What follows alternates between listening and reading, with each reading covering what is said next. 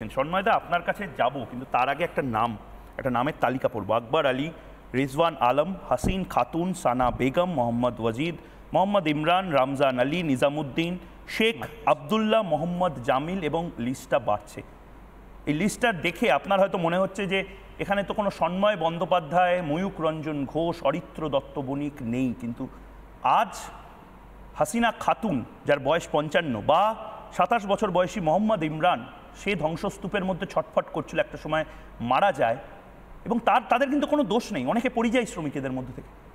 এবং আমরা হয়তো খুব নিশ্চিন্তে ভাবছি কলকাতাবাসী যে আমার বাড়ির কেউ তো ওই ধ্বংসস্তূপের নিচে নেই। পোস্তা ফ্লাইওভারেও হয়তো আমরা ভেবেছি যারা বেঁচে গেছিলাম, কিন্তু এটা কতদিন এই অপদার্থটা। আমি এখানে আবারও বলছি সন্ময়দা, হিমালয় ভেঙে পড়েনি, উত্তর কাশীর মতন কোনো আকাশ ভেঙে পড়েনি, মেঘ ফেটে জল আসেনি, কোনো প্রাকৃতিক দুর্জয় ভূমিকম্প হয়নি সন্ময়দা। অযোগ্য ব্যক্তিদের জন্য কেন আমার সহনাগরিকেরা খেসারত দেবে এই শহরে বারবার?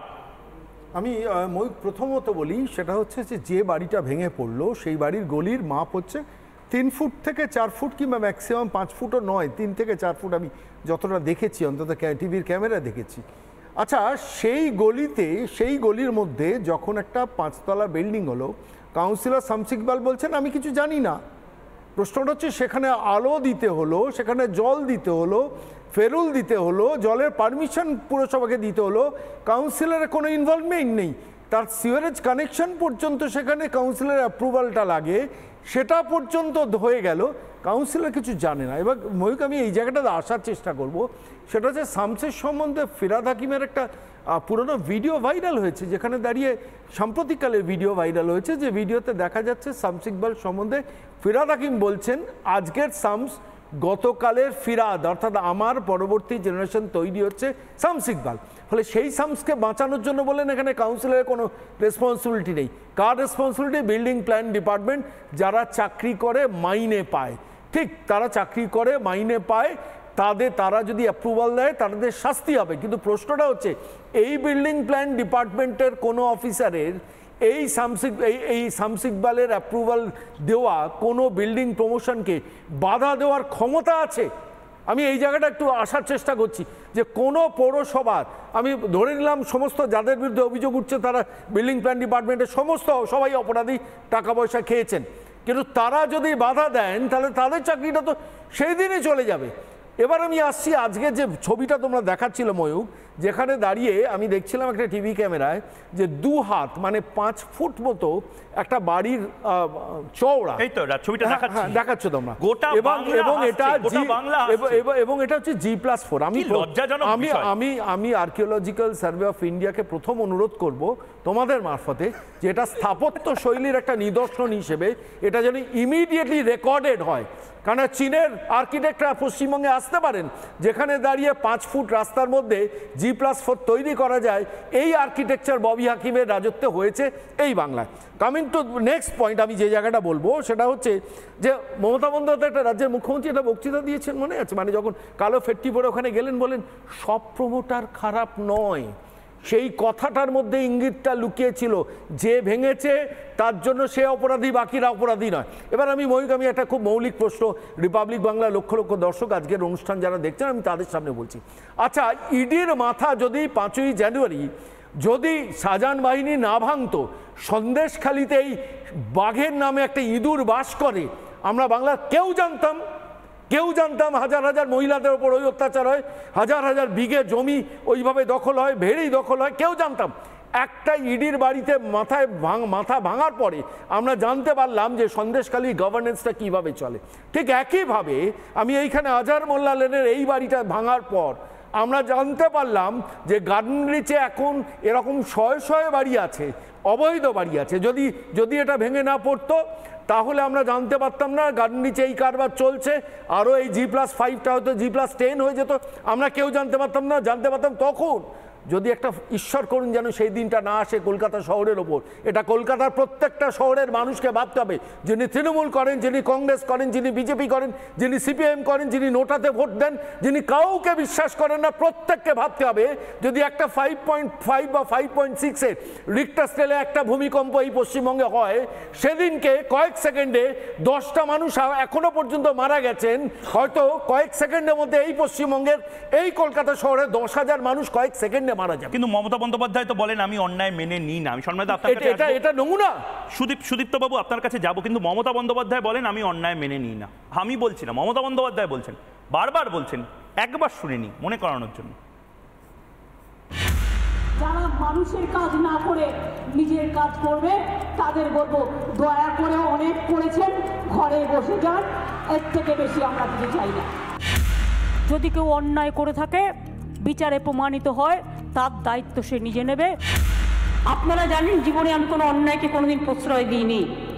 আপনারা জানেন জীবনে আমি কোনো অন্যায়কে কোনোদিন প্রশ্রয় দিইনি। খুব ভালো কথা, কোনোদিন মমতা বন্দ্যোপাধ্যায় কোনো অন্যায়কে প্রশ্রয় দেননি। কিন্তু সুদীপ্তবাবু, এই যে অন্যায়গুলো হয়ে যাচ্ছে বাংলার মানুষের সাথে, এটাকে তাহলে মমতা বন্দ্যোপাধ্যায় কেন প্রশ্রয় দিচ্ছেন? সন্দেশখালীর যে অন্যায়টা হয়েছিল, কেন মমতা বন্দ্যোপাধ্যায় প্রশ্রয় দিলেন? শেষ দিন অবধি শাহজাহানকে কেন ডিফেন্ড করে গেলেন?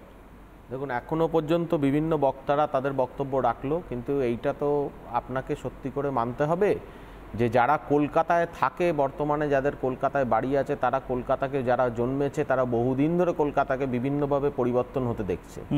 তো কলকাতায় এক অভূতপূর্ব স্থাপত্য শিল্প।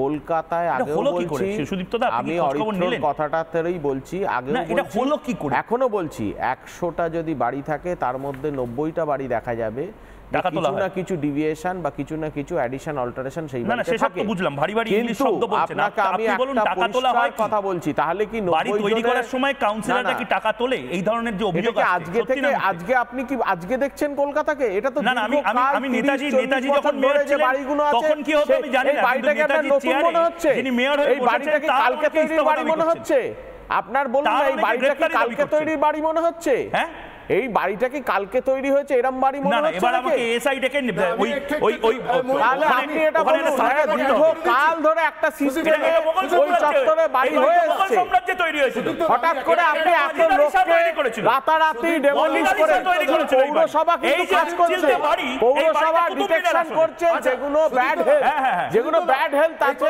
কুতুব মিনার, এই বাড়িটাই কুতুব মিনার আছে, এই বাড়িটাই কুতুব মিনার, এই বাড়িটাই বোধহয় কুতুব মিনার। পৌরসভা দিয়ে দিই, এটা গত 1.5 বছর ওখানকার লোক বলেছেন, ওখানকার লোক ক্যামেরার সামনে বলেছেন সারাদিন ধরে 1.5 বছর। ওখানকার আপনাকে বলছি তো, আপনি আর্কিওলজিক্যাল লোক হয়ে গেলেন নাকি একটু আগে? ওখানকার লোক বলছে 1.5 বছর হলো। সুদীপ্তদা সন্ময়দা ভুল বলছেন, এটা মোগল সাম্রাজ্যের সময়কার বাড়ি, আপনাদের দোষ নেই, এটাই আসলে কুতুব মিনার ছিল। শুনুন, একটা সিস্টেম, দেখুন আপনিও জানেন না, আপনারা একটা অদ্ভুত ভাবে না বল পাস করার মতো একটা শিল্প শিখে গেছেন।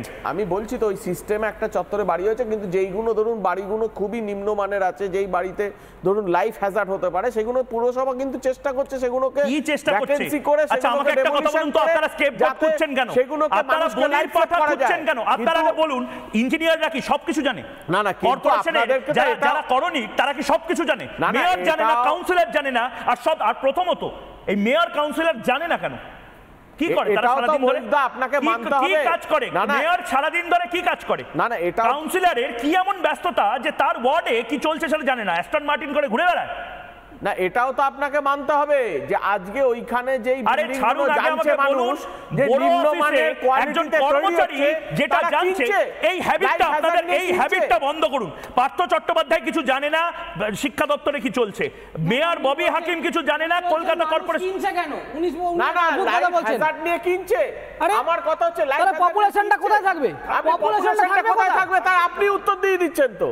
না, আপনি উত্তর দিয়ে দিচ্ছেন যে পপুলেশন আর মানুষ কিনলে তো আপনি উত্তরটা দিচ্ছেন। আপনি বাবা, এই তার মানে আপনি মনে করেন না যে একবার একদম সুদীপ্তদা, আরে বাড়িটা হবে কেন? আরে আপনি আপনার বাড়িটা আপনার হবে কেন? কনজিউমার ফোরাম কি করছিল তাহলে? বাড়িটা কি আজকে থেকে হয়েছে নাকি? আরে জবেই হোক, আরে জবেই হোক না কেন, তার মেয়র কাউন্সিলর জানে না কি করছিলেন? আবার বামপন্থীরা, হ্যাঁ বামপন্থী বামপন্থীরা তো তাহলে তৃণমূল তৈরি করছে, তা তৃণমূল কি খুশি?